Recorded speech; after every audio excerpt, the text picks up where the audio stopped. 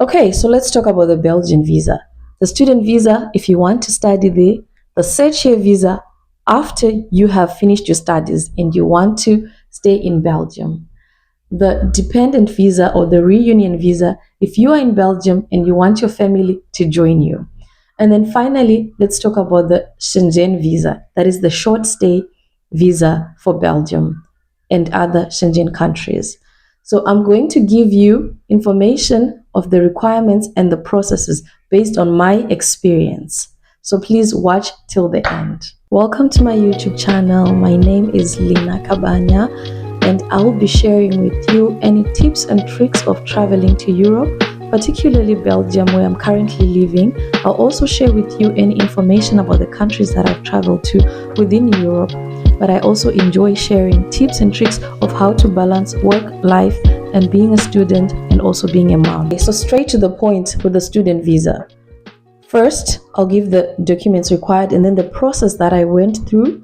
The process can differ slightly depending on the country that you are in.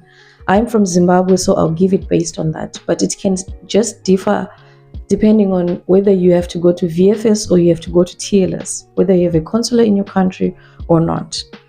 So you need your admission letter. That is the first and most important thing. You must have applied to a university and been accepted. So you need your admission letter. You need your proof of finance. That is the scholarship letter that they give you, the scholarship certificate, or you need to have a blocked account, which you can create through your school. The blocked account is supposed to have, the amount changes, but for now it's supposed to have 890 euro times the academic year. So 890 euro per month times the academic year. So something like 9 to 10,000 euros. And then you can also have a guarantor. So someone who's already living in Belgium, who's a Belgian nationality, or they have right of residence in Belgium, and you can provide their bank statement, 3 months bank statement, and their pay slip that they have a constant source of income. You need your medical insurance. First, you need the travel insurance, and then you need to then apply for the local insurances when you get to Belgium. So for the medical insurance, you can already use AXA. When we used it, I think I paid 90 euros for 3 months. So it covers the first 3 months that you're in Belgium. And then you need your documents legalized. The documents that you need to be legalized are your certificates, your school certificate. So you need your school certificate, and then you need your police clearance. That is a certificate of good conduct. You get this at the police station.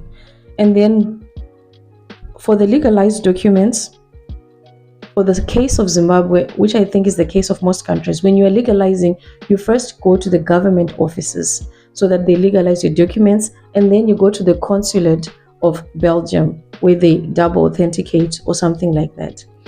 And then you finally have to go for the visa process, where you fill in the visa application form and you submit your papers and you do the biometrics. The process does not take time if everything is in order. And if you're a student, I think you don't pay anything for the visa process. You also need your passport photos and your passport, of course. And that's about it for a student visa. Yes, so let's get into the next one, which is the work search visa. Now that you are done with your studies, what's the next step? What do you do if you want to stay in Belgium? Okay, so for the work search visa, it's 1 year. So when you finish your studies, you need your certificate to prove that you completed your studies and you passed. So you literally go through the same process that you went through when you were applying for your residence permit. So you must have a blocked account, again, for proof of finances, or bank statements or pay slip for the guarantor. You must also have medical insurance. By this time, obviously, you are registered with health insurance. So you must prove that you have re-registered with your health insurance. You must also have your passport and show that it's still valid. And that's just about it. And you wait for it to come. The time depends on the commune, of course. In my case, it took quite some time. It took about 3 months for me to have my ID, but they give you an annex that you can use by that time. So this time you have an unlimited opportunity to work you're open to the market. You can work for any job for any amount of hours, and you can be taxed. Now you're no longer a student, so you can work for more than 20 hours. So that's what I did for the work search, and then you get it. It's only until a year. When you get employed, when you have the work search visa, then your employer is supposed to apply for a work visa for you. So whether I encourage one to apply for a work visa or not is something I'll have to talk about in another video when I see the results of it. But for now, this is the process that you go through, and you get 1 more year to stay in Belgium. Another option, if you want to extend, would be to do, if you are doing an undergrad, you can still apply for a master. You will still need a blocked account. If you are doing a master, you can apply for an advanced master, or you can apply for a PhD. But if you want to work, you can apply for a work search. If you are lucky enough and you get an employer who already wants to employ you when your student visa is still valid, then they can already apply for a work visa for you, the single permit or the work permit, and you don't have to go through the search year visa. So yes, that's about it with the work search visa. Let's get into the next one, which is the reunification visa or the dependent visa. Okay, so now to the reunion visa. The reunion visa pretty much requires the same documents as the other visas, but then most of it is now down to the person that is inviting you, or to the dependent.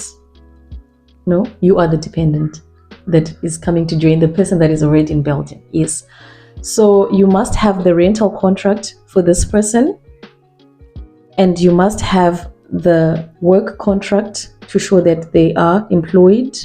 Sometimes you can also use the bank statements, but mainly they also want the work contract, or you can just put everything just to be sure there's no rejection. And then the passports and proof of ties is also the most important. Are you married to this person? You need something to prove that you are married. If you are the child to this person, you need something to prove that you are the child. Normally, these are the two that they mostly consider, but you can also use other things to show that you are related. There are strong ties with this person, because the dependent visa is mainly for the immediate, that is the partner or the child of the person that is in Belgium. And then that's about it for the reunion visa. It takes very long. In my experience, I had to do the reunion visa, and fortunate enough, I got a place for study, so I dropped the reunion visa and went on with the study visa. So it went on fast. The study visa was like 4 weeks, and the reunion visa, I had waited for like 2 months, and my son had to join us under a reunion visa, and it took 9 months. So it does take time. It takes between 6 to 9 months depending on your country, but I just want to let you know that you must be ready to wait for it. Reunion visa for Belgium generally takes time, but it works if all your papers are in place, the documents that I have mentioned, then it works pretty well, but not pretty fast. So yeah, let's get to the Schengen visa. Before I talk about the Schengen visa, I want to mention that the amount of money that is supposed to be on the pay slip of the person that is inviting you is supposed to be a minimum of 2,089. However, they do specify on their website that if the amount is lower, it doesn't mean that automatically you cannot join your person, or automatically your visa will be rejected. But this is like the minimum that they encourage. So chances are they can reject, or it can be accepted if the amount that they earn is less than 2,000 euro, 2,089 euro. Yes. So I think it varies slightly depending on the year that you're applying. And then the Schengen visa. This is a visa that allows you access to 27 other countries in the Schengen area. So the Italy, the France, the Belgium, yes, this is Belgium, the Germany, the Netherlands, and so on. So this visa in Belgium, if you're applying through Belgium, it's 90 euros. You have to pay for this one. And it allows you to stay for 90 days within a 180-day period. Yes.